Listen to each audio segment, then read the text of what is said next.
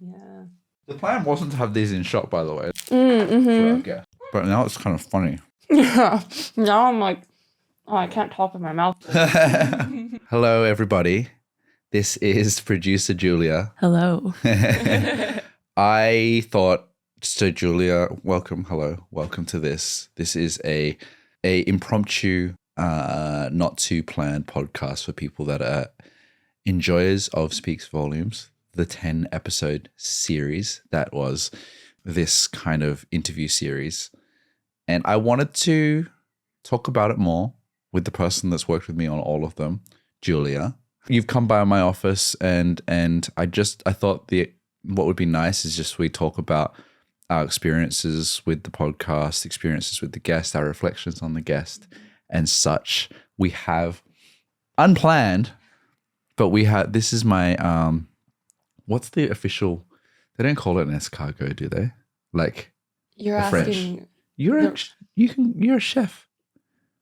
Not a very good one, I suppose. Well, a snail type thing, and you've got a Danish. Yeah. Partially eaten. So we will be eating this unplanned. We got these. My wife made sure that we had food for our guest, not me. So we will be eating this on camera. So apologies for that. But, and this is a podcast, and not everyone will see this, rather. Let's talk about you first, Julia. Mm-hmm. You are the producer of this podcast. Please introduce yourself. Well, I'm Julia. I am the producer of this podcast, as Derrick has so eloquently said it. And I think the main thing that I would say about myself is I'm just very curious and down to try things. And that's how we ended up here. Being able to help Derrick realize this season and speak to a bunch of really cool people and learn from them has been so fun. And Julia hit me up in the DMs. Yes, I did. And we kind of hit it off immediately. And Julia wanted to get involved in some way in something I did. And I thought the podcast was the easiest way to kind of channel focus and energy. And I wouldn't have been able to do it without you. That's a fact. It's great to have someone to bounce off and kind of bounce off, what themes are best, what guests are best, because I don't know all the answers to everything. And what's it like to work with me? And I don't mean that in a kind of pat me on the back sort of way. Like, is it, as someone that's consumed my content and then worked with me, what is it like? I find it kind of natural to work with you. I think we've spoken about this before. I think that our way of working is very, we go with the flow, kind of shoot some ideas around, but then when it's time to actually focus, then we actually say, okay, well, what are we really doing here? And I think that because we both naturally behave that way, that's been very easy. And then from my perspective, it's been interesting to, I think because like you just said, it's been very helpful to have another set of eyes. And I think that for me, it's like, I can see where you want to take everything, but then sometimes it's like, it's easier for me to be like, well, actually, what about this approach, or what if we think about it this way? And because I'm not the one that's on screen, or it's not my show per se, I think I can be a little bit more critical in a way that's helpful for the content. Yeah. Which I think has worked out. No, I agree. I think that helps. So the way I didn't even know how I work, because I've only ever worked for myself in this capacity. But as we've gone through 10 episodes, it does seem to be identify the guest and then kind of just get a feeling for what is interesting to me about this person and extract as much of that in kind of a brain dump form.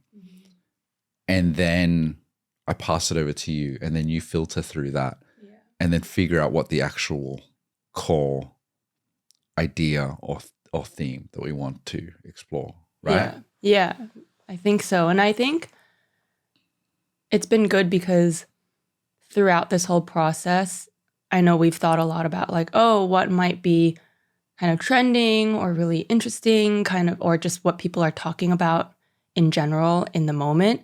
But then you always tend to come back to, well, what do I find interesting? And I think that that's what people love about you and your content in general is your perspective. So I think having that as your like anchor has been really helpful. And then all I have to do is just kind of be like, well, maybe these two go together and that would be a cool segment. It's really just putting the puzzle pieces together. Yeah, totally. I think that that's something I had to wrestle with, this idea of what do people want versus what do I want? What am I bringing to the table? What is the podcast as a vehicle on its own bringing to the table? And how much of a balance it is between like, this is speaks volumes, a podcast about interesting people in the music industry, or Derrick's podcast of Derrick's questions and Derrick's interests. And I think it's a balance. I don't think it's one or the other, but I do think people do tune in because I've brought them something. So it's not like I can just remove myself and be like, okay, we're speaking to Willow Perron, so we're only going to speak about Drake and Rihanna. I am going to ask about like music history and culture and impact because that's what I'm interested in. And I think that's been really nice to navigate and learn throughout this process. I guess I want to go through all the guests and maybe we'll do that before we kind of get to any conclusions. But let's start. I guess we'll just start in order about the people that we've spoken to and I guess our expectations and the results of it. So what were your thoughts of the Brian Reitzel episode? I think that episode for me felt like you were at a family function and an uncle was there. And, this is like the uncle that's like had the coolest career and he has just all the stories. And at least you might not know everything he's referencing, but it's all cool. And you're like, oh, wow, I want to keep like sitting here, like, hold on, let me get another cup of tea or whatever. And I want to hear more about this when I get back kind of vibe. Him and Nick Dwyer were probably the two biggest music nerds on this series. Like people have like we have creative directors, stuff like that. But like they could just list off, they're like encyclopedic. And people think I am. I don't think I am because I'm more like, I don't remember much. Like they're just like, they can just rattle off information. And that's what Brian felt like. Yeah. And like we did this virtually on camera and he was in his studio in LA, but you could feel the energy. It was palpable. Like he was like, oh, let me tell you about this story. And like, the way that I'm blanking at Coltrane, right? The Coltrane story. What was the Coltrane? Oh, yeah. Oh, no, the Miles Davis story. Yes. Yeah. Just like the way that he was going off into all these different tangents that were tangents you were happy to be brought into. Yeah. It was really nourishing to speak to someone that like, when one can be quite cynical about the music industry sometimes, and he is so passionate. And that's because he's like, he is music industry, but he's not like a traditional artist. Yeah. He is as well an artist. Yeah. But like, he's a composer. He's a music supervisor. And so he brings a different energy of like fandom to his creation as opposed to like, I'm just going to go on stage and be a rock star. Yeah. Which was refreshing. Yeah. I think I should probably like preface because people might not have listened to every episode. Right. Brian Reitzel, music supervisor, most notably for Sofia Coppola's early films, as well as Friday Night Lights, as well as Hannibal, lots of different things. What surprised you, do you think, about that episode? I don't know if this is surprise per se, but just more of like a deeper appreciation for the lengths they had to go to pick the music that would go into Lost in Translation and Marie Antoinette, like the depth of how he had to like fly to Sweden to find this one track that would go into a movie. Like that is just something that I don't relate to in the sense that I haven't had to do that, even though I can picture the time, the era that came. He represents a time period, which is crazy. Yeah. That's the thing I dislike about getting older is that you see like things were more analog back in your era. Well, I'm still in an era now, but like the fact that, you couldn't just look something up and and stream it and then email someone. You had to go and find it and then find the person. Physically bring it to Tokyo. Yeah. Yeah. Like that wasn't that long ago. But it's like a lot of people, because we're speaking to experienced people, a lot of them are like, it's not like that anymore. And one side of me is like, I don't like the idea of like, oh, things used to be better, but things were different. Like just from a access and technology point of view, that our experience of music is rapidly changing, which I guess is something that, to add on to your point that I kind of learned from it, is that music supervision must have been so different to now, because like we can all go onto Spotify and curate some music and be like, I could do this job. Yeah. Like, I could be a music supervisor. I just found something with 1,000 plays from Serbia. Whereas it's not. It's true. But it's also like it used to be like quite a craft. It still is, I'm sure.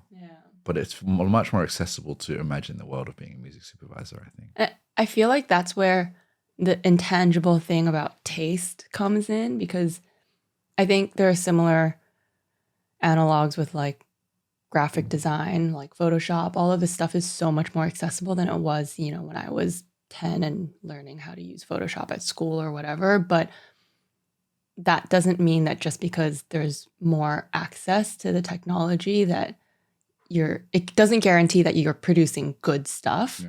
And so that's where like taste is so subjective and intangible and really hard to describe, but you can tell from the way he talks about things, and he was like, that was good, that was not. Like there's something going on in his mind and it just works. He has great taste. Yeah. Like a lot of people think they have good taste, but like when you look at his soundtracks and you look at the stuff that he's dug up, it's like you had to go deep to find really obscure, cool things. Yeah. And I think he's made a lot of artists big through the cultural impact of those films that he's put them in. Yeah. He probably doesn't even realize or want to admit it. And I probably would want to like extract that from him. But I do want to sit down with him again in person. Yeah. I think he told us off air how he'd play us all this like unreleased stuff from artists that have been made for films that didn't come out, which is crazy. Yeah. My favorite moment actually was, he's very humble, to your point about like not admitting or like wanting to say that he's changed a lot of these artists' careers.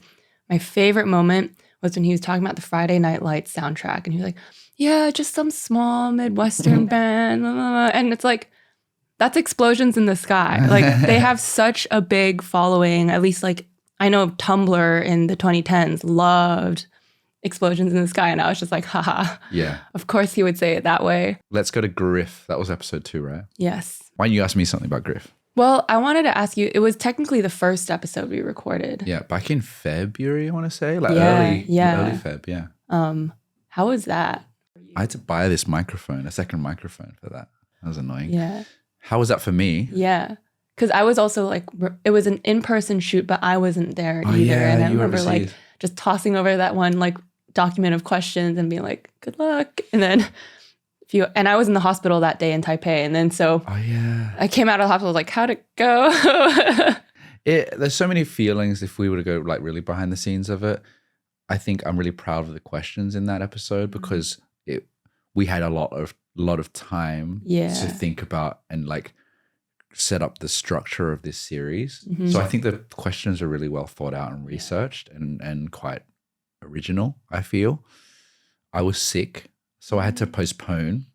So I wasn't feeling great. Okay. And, you know, I used my friend Austin's studio, which is very generous of him.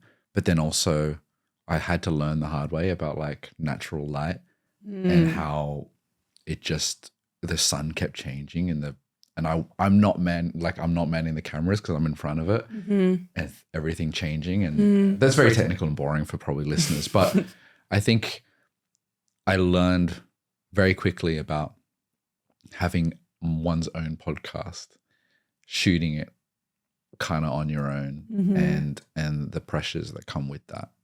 And not feeling amazing too. But I thought the questions were really great. And I thought yeah, Griff was on a press tour, so I stop on it, and I think we got good answers out of her. I think that she's, it's hard to get to the core of artists in a way that feels like they're really warmed up to you, because you're not their friend, and you are another one in the cycle. So I thought we did well, but I do feel like she was a little guarded, but that could just be my interpretation. What did you think upon watching it back, not having been there, but produced it? The thing that I'm most proud of is that we didn't do a whole Taylor Swift segment. And this isn't like a dig at Taylor Swift or anything, but I just mean that in the way that it's quite well known that she's, been so influenced by Taylor Swift. There's a lot out there already kind of about those stories. And so I'm glad that we were able to unpack her artistry and her sound in a way that isn't just like kind of almost belittling her and being like, oh, so you're like influenced by Taylor Swift. Great. Completely. Well, there's Taylor Swift and Chris Martin are her big, like, she's worked with both of them to some degree. And so it's like that's the hook everyone wants in their podcast. Yeah. Which we asked about Chris Martin. Yeah. But we tried to lead with that and then finish and then move on. But no, you're right. What else? With that one, like as a listener, the point about like the congregational music and that influencing her sound, that like when I listened, I was playing like the just recording in the car while I was driving with my mom, and I gasped when I heard that, and she was like, is everything okay? Like, is something wrong with the road or like, with the car? I was like, no, that was just a really cool point. Like, because I didn't grow up around like church or like congregational music, but I can imagine what that must feel like having heard her sound as well. Yeah. I love that moment. I can't remember how old she is. Let's say she's roughly 22, 23. Yeah. Very like old soul. Not a young person. She's been through many lives, I feel like. Yeah. Both like figuratively, but also I feel like literally as well. She's probably seen a lot. Because we didn't talk about it, and we didn't ask her about it, but her parents or her mom or something is like runs a foster home type thing. So like there's always kids coming through, which is intense. Yeah, you've kind of like to not battle with, but like you're not your parents' only kid. You've probably got rotating kids that they're caring for, which is kind of intense. That congregational answer was so smart.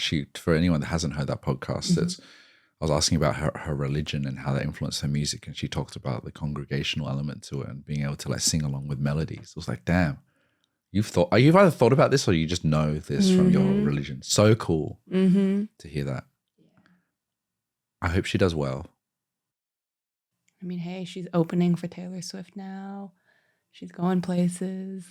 She is. Yeah. I'm going to say this. I was wondering if I should, but she's not going to hear this. But I hope she makes it, because she's obviously making it. She's signed to a major. She makes big pop songs. She's supporting Taylor Swift.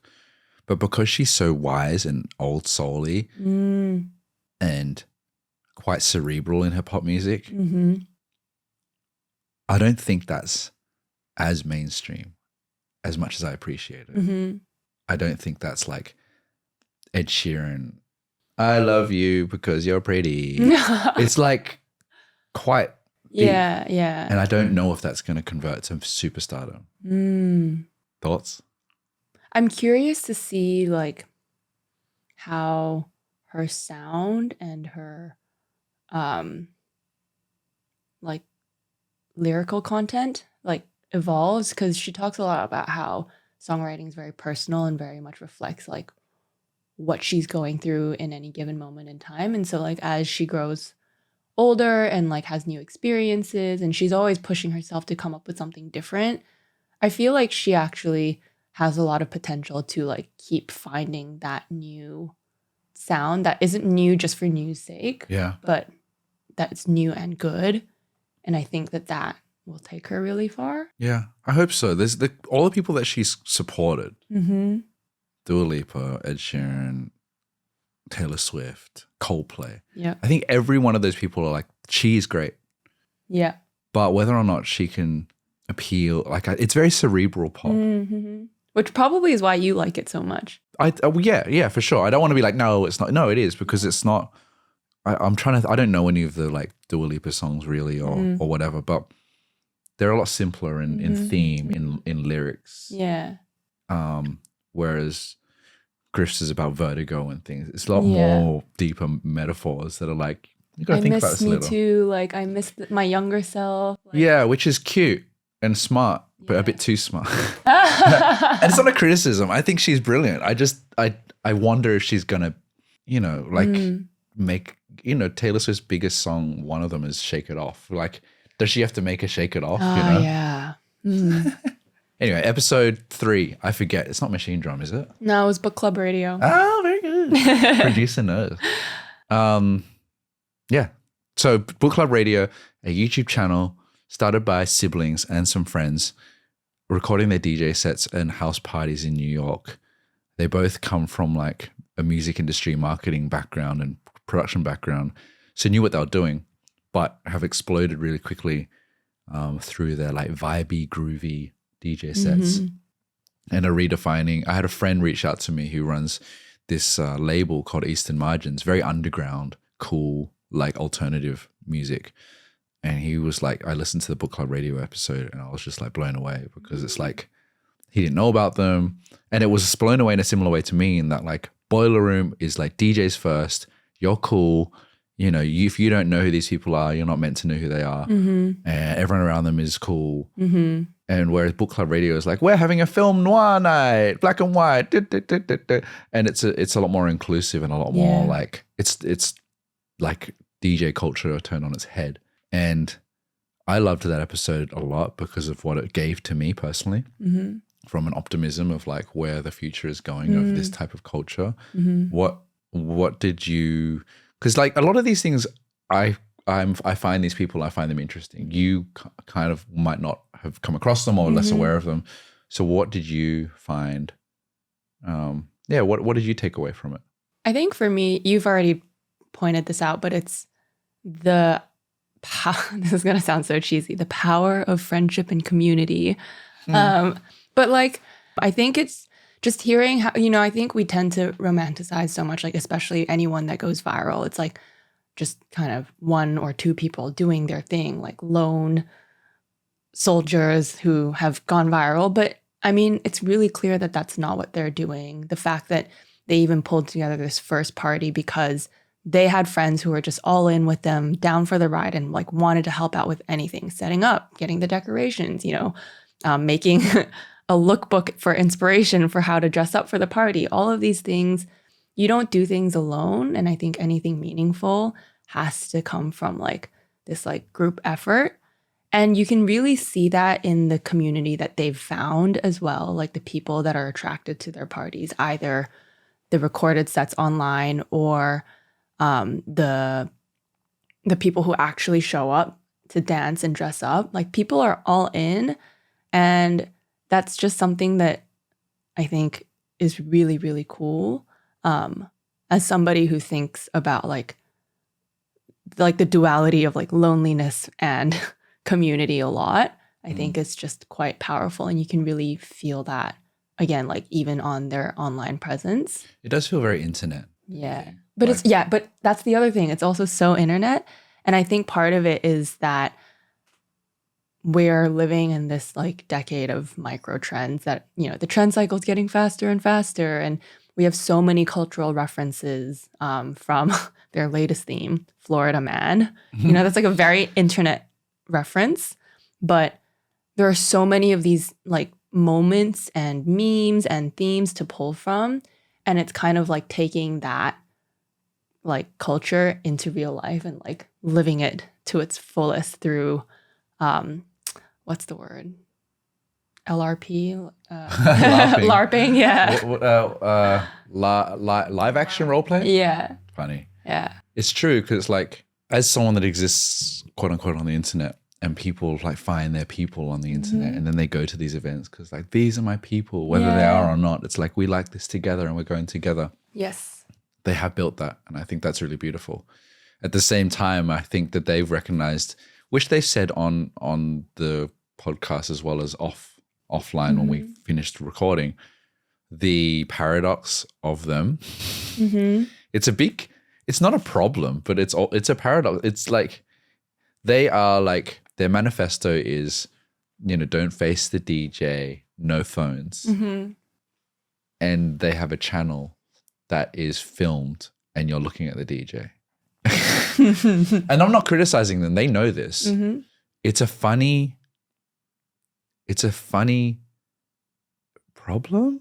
I don't know if it's a problem. It's a funny reality to exist in, to be like, we are about togetherness, but and not, and being offline in a sense, but in order to create and cultivate, you have to be online and like the DJs. Yeah. I will say I really respect their what they're saying, what they said about the future of book club radio. Like, is it going to go on tour? Are they going to bring it to other cities or festivals? And they were kind of like, no, probably not. We want to kind of preserve the integrity of it and like what makes it special, and not kind of ruin it just for the sake of like growth for growth's sake. Yeah. I thought that was very wise in some ways of them.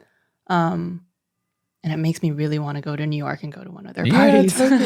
It's really interesting because I just saw on Instagram today, like most of the Tinzo and Jojo are going on tour, and most of their dates are sold out, and that's cool.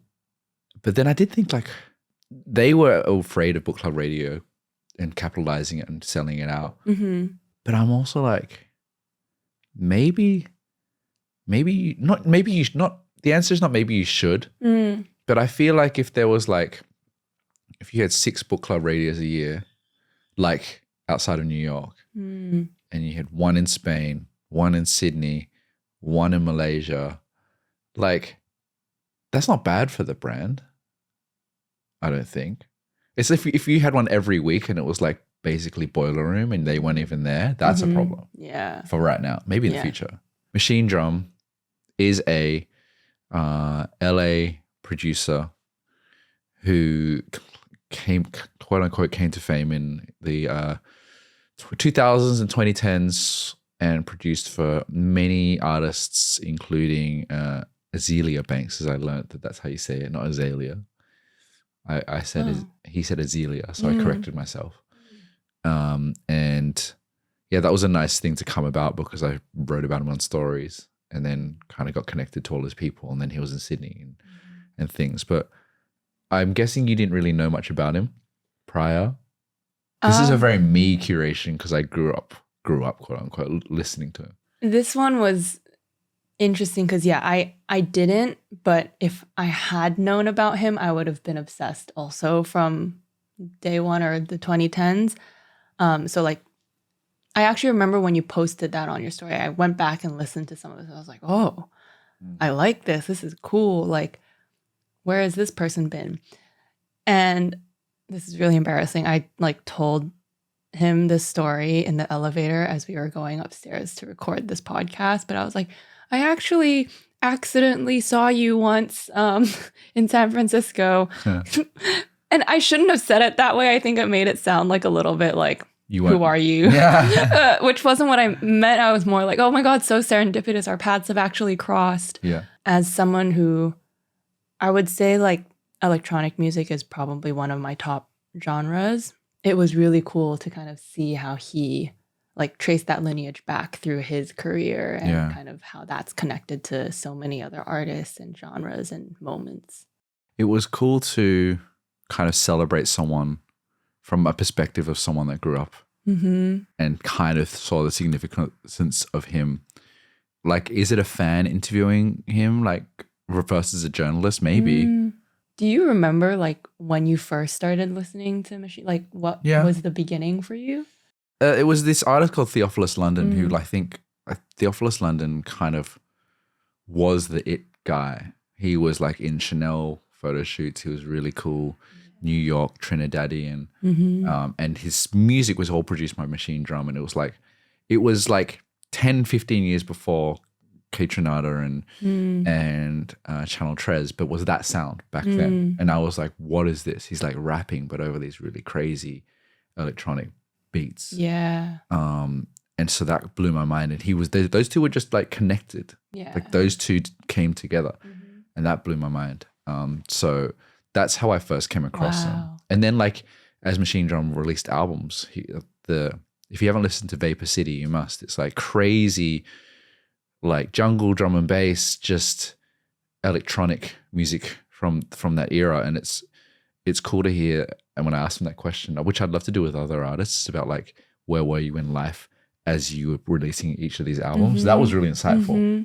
That's one of my favorite questions, because it's like they are markers in a person's life, but you can only do that with someone that's done it for like 20 years. Yep. That was really cool. And that was one of the few that we did in person.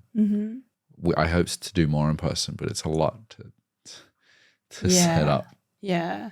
And that was serendipitous because he was coming to Sydney. Yeah, for sure. How's your memory? I can't remember episode 5. Molly Hawkins. Was she number 5? Mid-season. Wow, that's gone quick. Yeah. Well, I don't want to speak about Molly Hawkins because I feel like I just end up waxing lyrical. Is there a problem with that? No, I just like if I was to tell anyone to listen to one episode in the series, it would be that one personally. What would be your one? Oh, I think it's hard for me not to recommend it based off of who I'm recommending it to. Like I have certain friends, I'd be like, you would love the Willow Piranha. Well, I'm sorry, your personal. My personal favorite? favorite? Like one that you loved, that either you took away a lot from, that you're proud of, whatever. I think for me, it would be a tie between the Kyle Chayka episode and Molly. But I guess Don't choose what I chose. Yeah. Okay, I'll do this.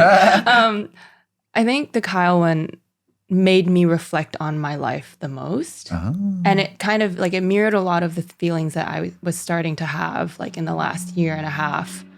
And so I think from like a personal like growth or just like food for thought, like that was the most fruitful for me. Yes. Yeah. Was he episode 6? Yep. Okay, so we'll pause that one there and go back to Molly. Yeah. Molly, to go behind the scenes, that one was horribly stressful for me. You were doing too much that week. Yeah. And like, I think we were just chatting on WhatsApp and I was like, should we do this in real life? Because I'm going to be there. Should I do Brian as well? Because I'm going to be there. And we decided to do one. Yeah. And I said to Molly, if I want to do this with you in person, but can we do it at your place? Because we don't have a place to go to. Like, imagine just inviting yourself over to someone's house. I actually regret I brought her nothing. It's such a rude guest thing to do. I was so in my own head. Did I try? You did try with the record. Oh yeah, I tried to get her a gift. I couldn't get anything in time, or like a music related gift. Anyway, I felt terrible about that. You should bring a cake or something. Anyway, why I liked Molly. So yeah, I was really stressed because I landed the day before.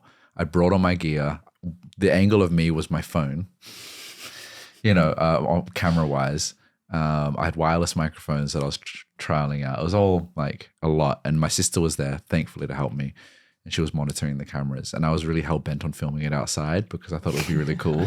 And she was like, are you crazy? This is a typical me thing where I'm like, it's just cool outside. And there was like lawnmowers and stuff. And I'm not a cinematographer, so I don't know how to light things properly or shoot things properly. So that stressed me out as well. And she's a creative director for Harry Styles and knows how things should look good, and I don't. So that was all an added pressure, which I really didn't love. And it's not her fault. It's just like, one person band type thing. Yep. But yeah, well, what can I say about that? It's like she was very honest. I think that's what I liked. She's someone that does it at the highest level, who was very honest.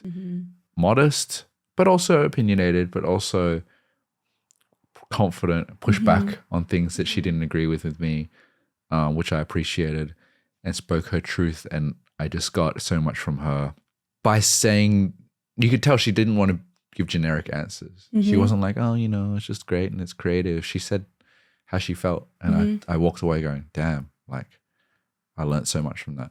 Yeah. I think around like on the point of honesty that you brought up, she talked a lot about like Harry Styles's empathy, his radical empathy, but to me as like a listener, she also has a lot of like really deep empathy for the people she works with, for the people she's talking to. And that like really came through in just her presence and her answers. And I think that like as somebody who's like worked with a variety of like, and she's not a manager, but like in some ways, like that's kind of the hierarchy in the relationship. Like I've had managers who were really in my corner and managers who weren't. And I just think that all of the people that she works with are so lucky to have her in their corner because she like really just cares about her artist's best interests. Yeah. And I don't know enough about the music industry to know how rare that is, but regardless, that is just so admirable. I think when you're as big as Harry Styles, you need someone that's like your second brain that you can really trust. And like, this is not any criticism on her. It's not even a judgment on her, but it's like, I feel like it's less about like if she's a creative visionary, but the fact that he trusts her and that he's like, I'm feeling this and that. And she'll go, cool, I'm on it. And he can trust that she's going to vet the best and the worst and bring him only the best stuff. And he can feel like, oh, she would have done it right because I trust her. Yeah. Which is creativity as well. But I think she's been with him for what, 10 years or something like that? Since he was like out of One Direction or something. Yeah. Which is crazy. Like a little boy. Yep. Crazy. So that was my favorite. But your favorite was Kyle Chaker. Would you like to like for anyone that hasn't listened to, who is Kyle Chaker? Kyle Chaker is a journalist and he's a staff writer for The New Yorker. He reflects on technology and culture a lot. And so his most recent publication is called Filter World. And it reflects on the impact that algorithmic feeds and could you call it algorithmic culture? That feels so wrong. No, he says that. He says that. Yeah, he does. But it suddenly, like in this moment, it feels so wrong to say culture is algorithmic. Yeah, it's gross. It is gross, but I also like that he describes it like that. And how that's kind of impacting the way we consume, the way we feel, etc. And so this episode was much more meta. It was not, oh, here are the artists you've worked with, or here's your kind of artistic career. It was, how do we consume music and what does it mean for us? Which I just really loved as kind of a mid-season step back. I feel like we spoke the same language. Like I thought our banter was very natural. Yep. Because we think about culture but tech in relation to. Whereas like Molly, I'm a bit more like, oh, you're a pro. I'm not. Tell me. Kyle's like, let's talk about how we think about things. Yeah. Which was I feel like perhaps for season 3, I feel like there was some sort of like switch that got hit with that and with Nick Dwyer about like people and their thoughts around things versus people and their expertise and profession, which resonated with me, which I connected with the guest, that connected with the audience listening as well. Would you agree? Yeah, I think so. It's more interactive. Yeah, it feels more like you're listening to and part of a conversation as opposed to observing an interview. Yes, like the achievements of an individual, which is also interesting, but they almost feels like 2 separate podcasts. Yeah, I know this is very meta to talk about, but this is what we talk about. Yeah. Did you kind of walk away seeking out more the farmer's market of content, as you put it? I actually, I think it actually did change my life in the way that I've now completely stopped listening to my Discover Weekly. Wow. Or does Discover Weekly still even exist? Is it just A-List now? It does. I wouldn't know. I stopped.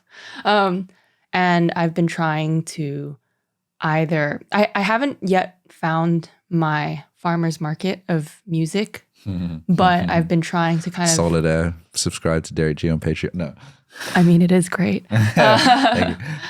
But I have tried to like slow down a little bit, be a little less like, oh, here's just like, I feel like I had a tendency to feel this pressure that I had to always be consuming new music and discovering new things. Yeah, right. And now I've just been okay with listening to the same 2 albums anytime I'm listening to music. Hell yeah. That's how it should be. And I'll keep listening to Brat and The Rise and Fall of a Midwest Queen until I get sick of it or until I find another album to obsess over for another few months. It's so funny, like we said earlier about the whole like living through generations of technology and like, you know, I'm older than you, but like the whole like to reflect on the fact that, you know, you'd buy a CD, not even every week. You'd buy a CD sometime. Yeah. And then that it either sucks and maybe that's it, or it's amazing and becomes your whole life. Yep. And we can't go back to that. It's impossible. Nope. You Like, can simulate it, but you can't.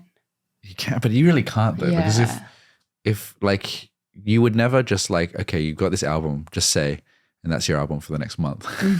But if someone says, have you listened to Brat?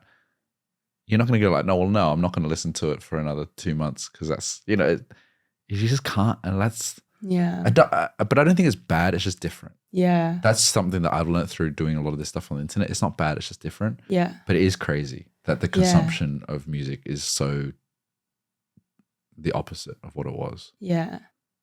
Keep listening to Brat. I will. One crazy thing that has pissed me off is I was like on Charlie XCX's Spotify profile. Yeah. And you know how Brat has like its iconic, like Yes. very lo-fi typographic identity. All of her albums on Spotify now have a new cover. And I'm like, I miss the old covers. And this is something that you couldn't do again with CDs. So true. She will change it back. I know she will. But I was going through my saved albums on Spotify and I'm like, it was the Charlie album, but the Charlie album was her with like this metallic thing cover. And now it's just like a grey cover and I'm like, oh, that's gross. Like, and I don't even know what this album is that I'm looking at. Yeah. We could do a whole, I don't want to, but we could do a whole podcast about Brat. But you know, that's very annoying. Episode We're 8? now at, no, 8, 9, 7. 10. 7. Molly, Chaka, okay, and then Streliski. Yes. That was another me episode, I feel like, where I'm like, I want to talk to you because I like you. And then if anyone wants to know about her, listen. If anyone doesn't know who she is, listen.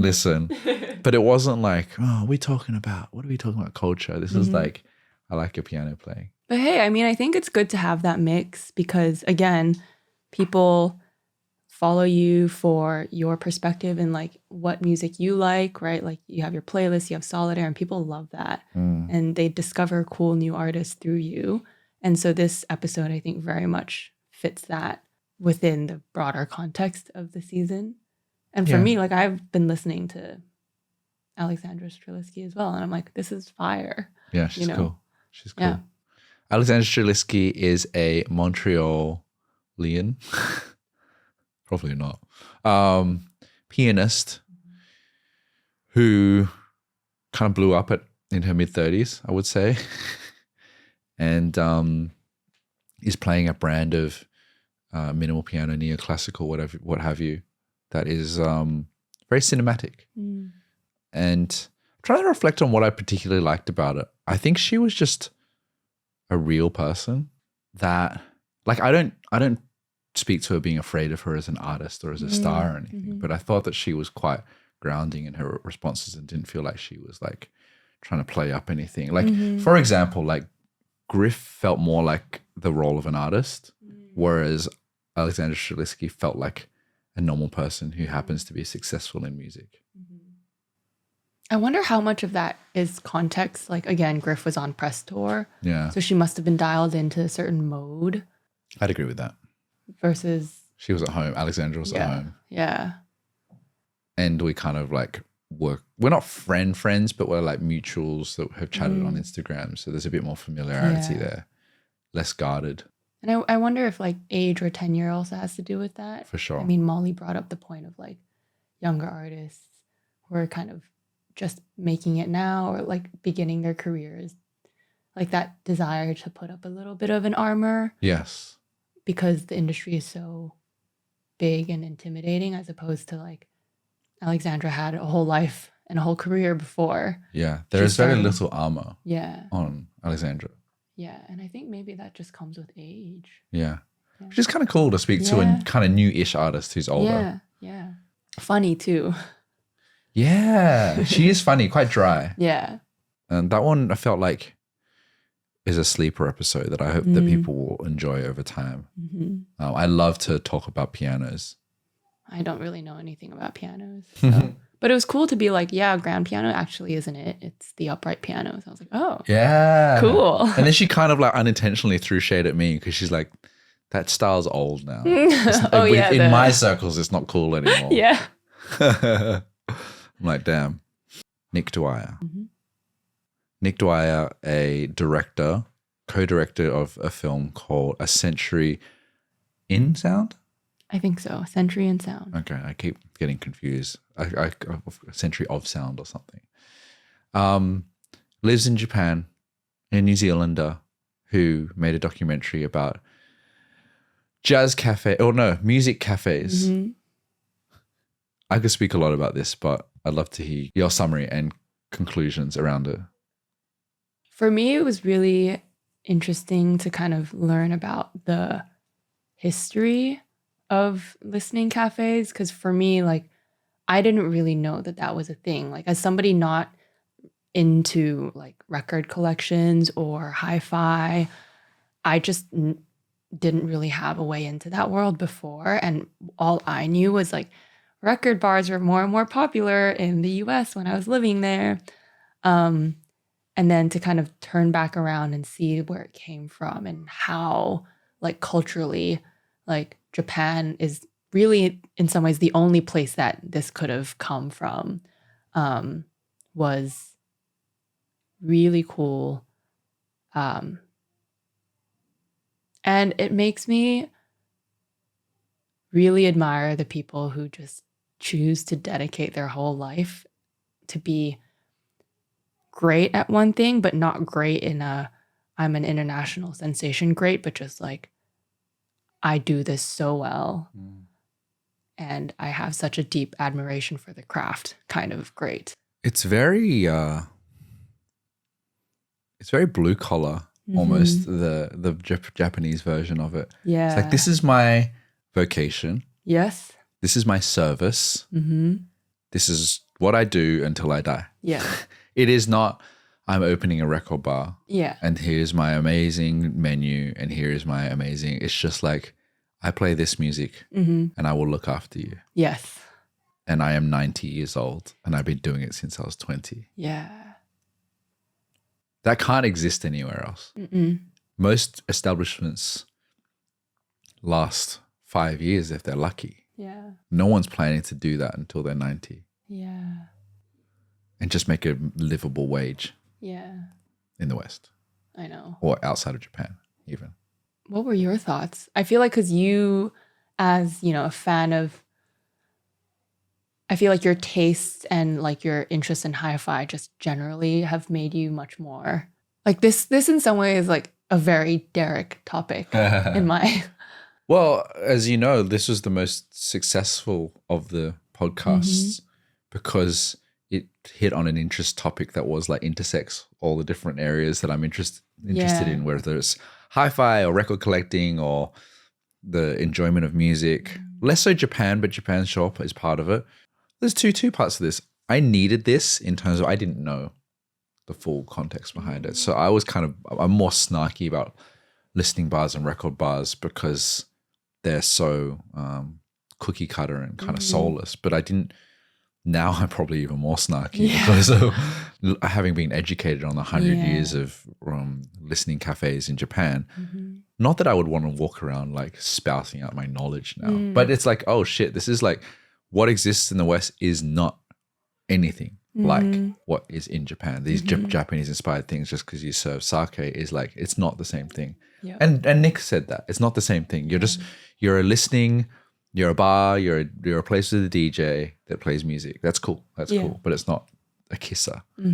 That's one. Two, I can't help to walk away from the like experience of Nick Dwyer. Oh yeah. Because it was a big risk because I DM'd him because some follower said you should speak to him. I don't know what he spoke like. He could have been super shy. He could have been really awkward. He could have been really like not good for an interview. I spoke to him 30 minutes before, and I'm pretty sure I texted you after. I'm like, we're good. Yeah. I was like, okay. He's a talker. Yeah. He loves to chat, and we'll be fine. And I think I walk away with like the thing that resonated with me most after the whole education of it was like the energy and passion and love that Nick had for this, which I think translated, don't you think? I really loved his story about oral hallucination, where like sounds were just becoming 3D or, like a whole different experience. I want to know what that's like. Like the way that he was describing it, I was like, oh my gosh. Yeah. I need to get myself to one of these cafes. Get me a ticket to Japan. I'd believe it in a sense that like certain things can give you a kind of head rush. Like if you have a really hot chili, it can give you a head rush. Yeah. And music could probably do this. I don't know if I've had that. I think I have, but like I don't know if I could articulate when. But my wife brought up how interesting it was that he was like talking about his previous drug use and how that kind of helped him, which was like something that didn't like sink deeply into me. But then I'm like, oh yeah, like there's a part of his conversation that's like this was a bit of a refuse to where he was in life. Yeah. It's kind of heavy. Yeah, I mean, I feel like it can be very prevalent in certain pockets of music and party culture where it starts out with a love for music, but then just maybe kind of spirals or gets twisted, And it was really beautiful to hear him kind of be so vulnerable about his journey and how he came back to like rediscovering his love for music. It was, very special. Yeah. And appreciated that he shared that story. Yeah. Because if you think too deeply about it, it's like, wow, that's kind of dark. But he found the light, didn't he? I know. Nicholas Daly. There's two Nicks, one after the other, Nick and then Nicholas. Yeah, introduce that one to us. So Nicholas Daly is a menswear designer, and he has an eponymous label. And it kind of blends like reggae culture with kind of Scottish culture, and that's very much a reflection of his heritage. He's half Jamaican, half Scottish. And we talked about what music means to him and how it kind of intersects with his brand. It's very kind of rooted in music culture as well. And he had a really lovely presence and energy. I'd agree with that. Yeah, a lot of people have said that actually. Because this one came about quite rushed. We didn't have a ninth episode.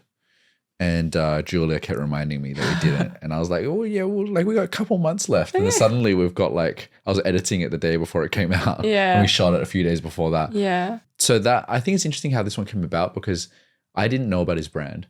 And then one day I saw a DJ that I follow playing a show. And the show said, this show presented by Nicholas Daly. And usually that presented by is usually like some promoter. Yeah. A1 events or whatever. And I'm like, who puts their name at the top of an event? Like, what do you mean presented by Nicholas Daly? I clicked on it and it turns out that he or the brand follows me. And I'm like, oh, that's nice. But like, what is this? Who are you? Yeah. And then I go through and it's like clothing. And then I look into it and there's clothing, then there's sound systems and there's parties. And then I'm like, hey, Julia, this is interesting. And honestly, it did help that they followed me because there was an in to be like, okay, they'd be possibly open to doing this. Yeah. So then I went like, okay, fashion. We had another fashion potential conversation that was going to happen. So like I still was very hell-bent on finding like a fashion expression of music. And what was your takeaway from his reflections and answers? I think that I don't know if envy is the right word, but his cultural roots, like you can really feel his pride in who he is, where he comes from, the traditions that, have come before him and from which he builds his own creative work. I think that is so unique to him. And it just makes him so cool. Yeah. It's funny because like I'm not a fashion person. Like I don't really follow the scene, but you can tell why he is constantly being picked for awards and shortlisted, because I feel like every other cool fashion person is like a version of Alexander McQueen or wants to be, or Margiela or whatever, which is like, you know, distressed this and like innovating that and deconstructed blah blah blah. Yeah, and like I saw like there's Chinese designers that have these new ways where it's like all this mesh that kind of expands and contracts and like wow, this is the future of fashion. Yeah. And then you've got this kind of like humble, earnest, music nerdy, reggae Scottish guy, Jamaican Scottish guy that's like doing like hand sewn leather and his big kind of hats that are a nod to reggae culture and sound system culture. And it's like, this is fucking cool and nothing like all the other things I mentioned. Yeah. And that's just an expression of how confident he is in his own skin to be able to express something that is not to me what you would consider fashion. The LVMH prize fashion. Yeah. Don't you think? Yeah. It's also really interesting, like this like comfort in his own skin and who he is. Like he's not pursuing like these presentations of DJs or like music events because it's the cool thing to do that, you know, from a corporate perspective, you're like, ooh, this is how we're going to get more followers. Let's do this. And like, you know, it's not Chanel commissioning Jamie XX to make a song, which by the way, I loved because I love Jamie XX, but like it's the I guess the reason that he does these things is so core to who he is as a person and as, you know, somebody who came from a music loving family, who is part of a very musical family. You know, his wife is a DJ.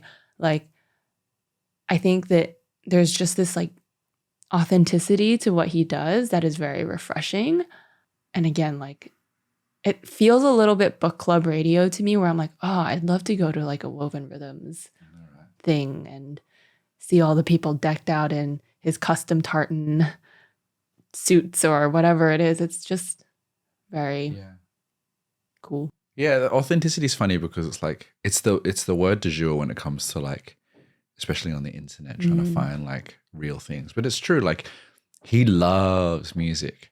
I had to edit out a lot of it where he's just referencing things where it's like he's going so deep that we're kind of like, unless you know that person and that artist, a very underground London whoever, it kind of gets confusing because he's so deep in it and so excited. He'll be like, oh yeah, I put on this person who plays this thing, plays this tabla, and then we're so far away from the question that it's like I had to cut out some of those things. But it's like music motivates everything that he does. Yeah. And like how many brands, modern brands, fashion houses, creative directors are really motivated by music.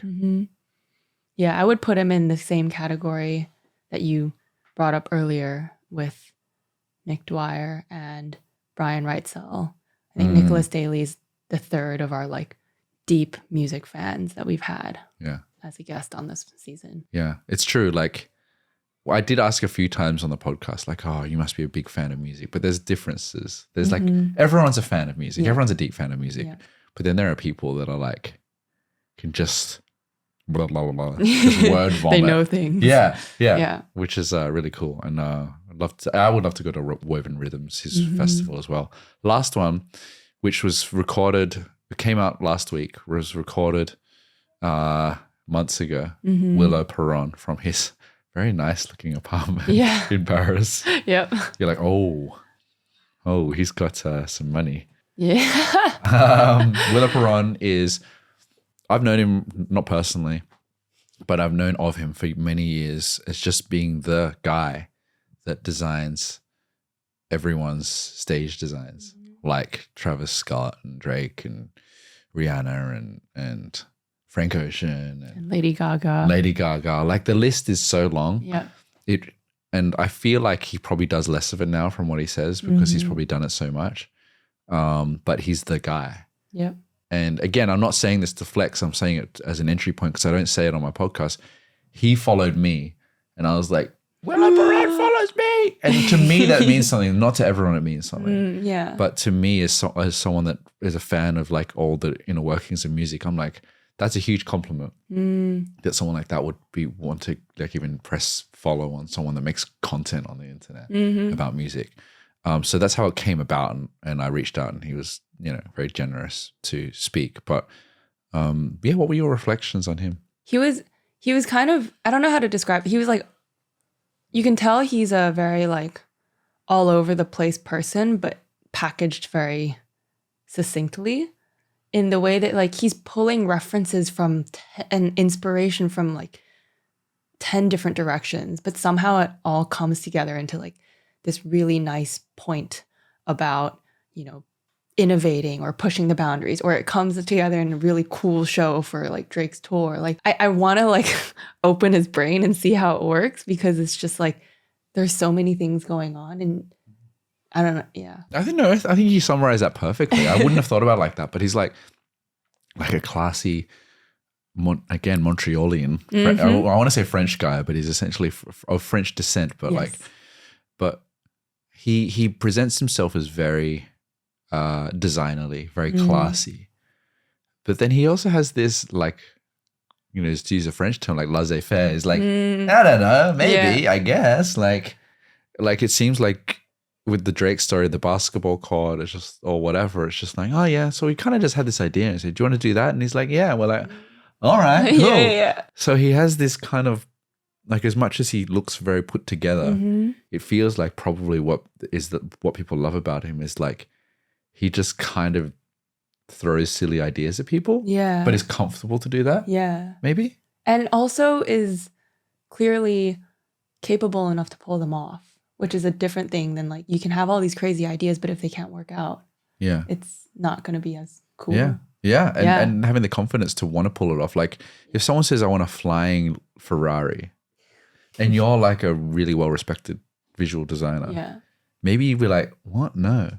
But he seems to be like, let's do it. Yeah. That sounds cool. Let's hope that it lasts the whole tour. We'll find a way. And then he does, like, we didn't talk about it, but he did the Rihanna Super Bowl platform thing. Like, that's very serious. Yeah. It's not highbrow per se. But like in the US, that's the biggest night of the year for so many companies, for so many sports fans, media fans, culture fans, like everybody. Yeah. So that's. And we didn't even get to ask about that. And I'm very sensitive to ask people like who are so close to so many things, like to just fan out over all their things. Like obviously I could speak to Molly for 3 hours about Harry, but I tried not to. I tried not to because I didn't want to be that guy. And same with Willow. It's like, can we just speak about Rihanna for an hour? Like, and what that's like? Yeah. But, you gotta be respectful. Yeah. What do you think? Of Willow? Yeah. Like, or I guess, what was there anything that surprised you that he shared? Because it sounds like you've been a fan for so long. You probably are quite familiar with his work.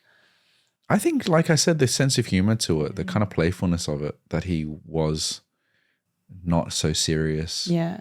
And that, I think because he really wanted to talk about, and I wanted to make sure he talked about like his history of like working at labels, having a record store. Yeah. That I think the foundation of him is like a music head, not in that kind of Dwyer Daily way, but he's like, I'm about music, and that kind of took me places. And I think that was really cool because like, not everyone we've spoken to comes from like a deep origin story of music. It's like, I did this and then did that and now I'm here. Like, I know they're young, but like Book Club Radio, like, oh, I'm a producer. Yeah. I'm a marketing manager. Yeah. But he's like, I had a record store. I sold records in Montreal of hip hop. And it wasn't easy to do that. No. And now I'm the biggest, hip hop's biggest designer. Yeah. It's like he comes from a place. I think that was really important to hear. Yeah. And not just be like, oh, a revered designer, you must be all about the visuals and stuff. It's like, no, you're about that life. Yeah. And look, I saved this edit that no one will see, but I saved it for me, that he said when we started recording, before we started the podcast, about like he was like showing love to what I do. And I was like, I don't know, that's going to mean a lot to me for a long time. Yeah. You heard it. You were on there. He was like, I really like how a lot of guests said like, we need people like you on and off camera, which showed me what the importance is of this podcast, regardless of the views and listens. Yeah. Is like not just being like those people that point to the screen and say, here's 5 songs to listen to today. you know? Yeah. It's like, let's have complicated and like kind of circular and exploratory conversations with interesting people. Yeah. And I think that was really nice to hear. So personally, that meant a lot. Yeah. I really wanted to go back and like tally up how many times you got that kind of feedback. Because it happened enough that it almost feels like everybody said something. I would along say those more lines. than half. Yeah. Molly did, Daly did, Yeah. Willow did, you know. Reinfeld did. Streliski did. Yeah. Yeah. Yeah. It's crazy. It's good. It's good. It's validating, I think, that these are stories that you want to share, that they want to share, that you're giving them the platform to share. And I'm sure listeners are like, they're getting a lot out of it too. I hope so. Yeah. I do hope so. Because they're long conversations. To finish off. And Can I don't know really quickly say one more thing about one more favorite moment from the Willow? Yeah. Is like you're talking about kind of his background and how his origin story. And one thing I love about like the Willow Perron lore is that there was one point where he was like, I was kind of the unofficial mayor of Montreal. And I was like, that is so cool. Imagine. Yeah. I couldn't say that about myself anyway. I know. But anyway. That's cool. I love that. Well, I don't know if you prepared any other questions that you needed to ask specifically. So I guess, yeah, my only question that I really wanted to hear from you is how would you describe or think about the season now that we've wrapped it and you're looking at it in retrospect, as opposed to kind of our initial idea for what the season could be way back in January? Yeah, I think it's a great question because it has evolved a lot. And I don't know what that's going to mean for the next season, whether I change things or whether I keep things exactly the same, because I don't want to change things just because. Yeah. We went into it being like, the kind of the conceit was, you know, people that have a unique contribution to music, which they did, and we did achieve. I think, like I said throughout the podcast, I learned the difference between artists and people associated with big artists and the appeal of that to either me or to what I thought was a large audience. Because, you work with Harry Styles, crazy. That's interesting to me. Versus a more like everyman discussion around like topics that are front of mind for people about the music industry. And those were, the latter were more resonant, more conversational, more provocative. The other ones are more like, these can exist as a nice like moment in time to capture a person's story, that if you're interested in those people, interested in that background, if you want to be a creative director, if you want to, you know, learn about Harry Styles, you can learn about that. But it's less provocative in terms of like, and I also want to weigh in on it. And I also want to share those stories with people. So like, unless you're a Harry Styles fan or just interested in like high level pop music production, it's not the most accessible. Yeah. Whereas it's like, algorithms ruining music. That's like, well, I don't know, is it? Let's discuss that. And let's, you know, so it now I'm thinking about, okay, with the next season, should I be exploring those types of questions and conversations that I and we have in our head? Or, you know, I don't know if because I get offered, so-and-so is going to be in town. Do you think you want to speak to them?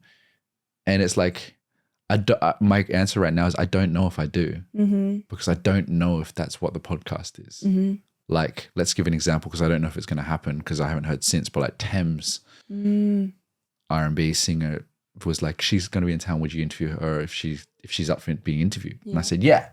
But now I'm like, I don't know what I can bring to that is like hitting at the crux of this podcast, like the other people.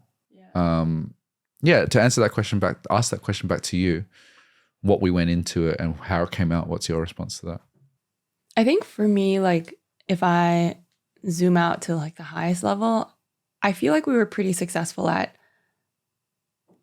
creating what we set out to create, which was, again, like highlighting people with unique or interesting contributions to music or music culture and the appreciation of music.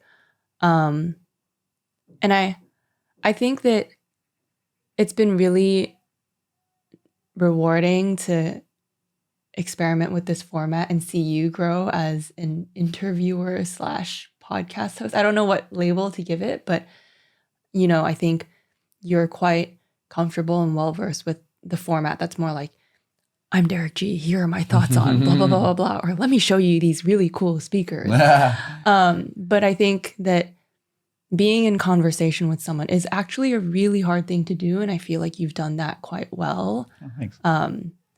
And I know we have these, again, very meta or peeling back the veil, but we have a lot of conversations about like little things you do while you're interviewing, or like kind of the way that you frame questions. And I think that it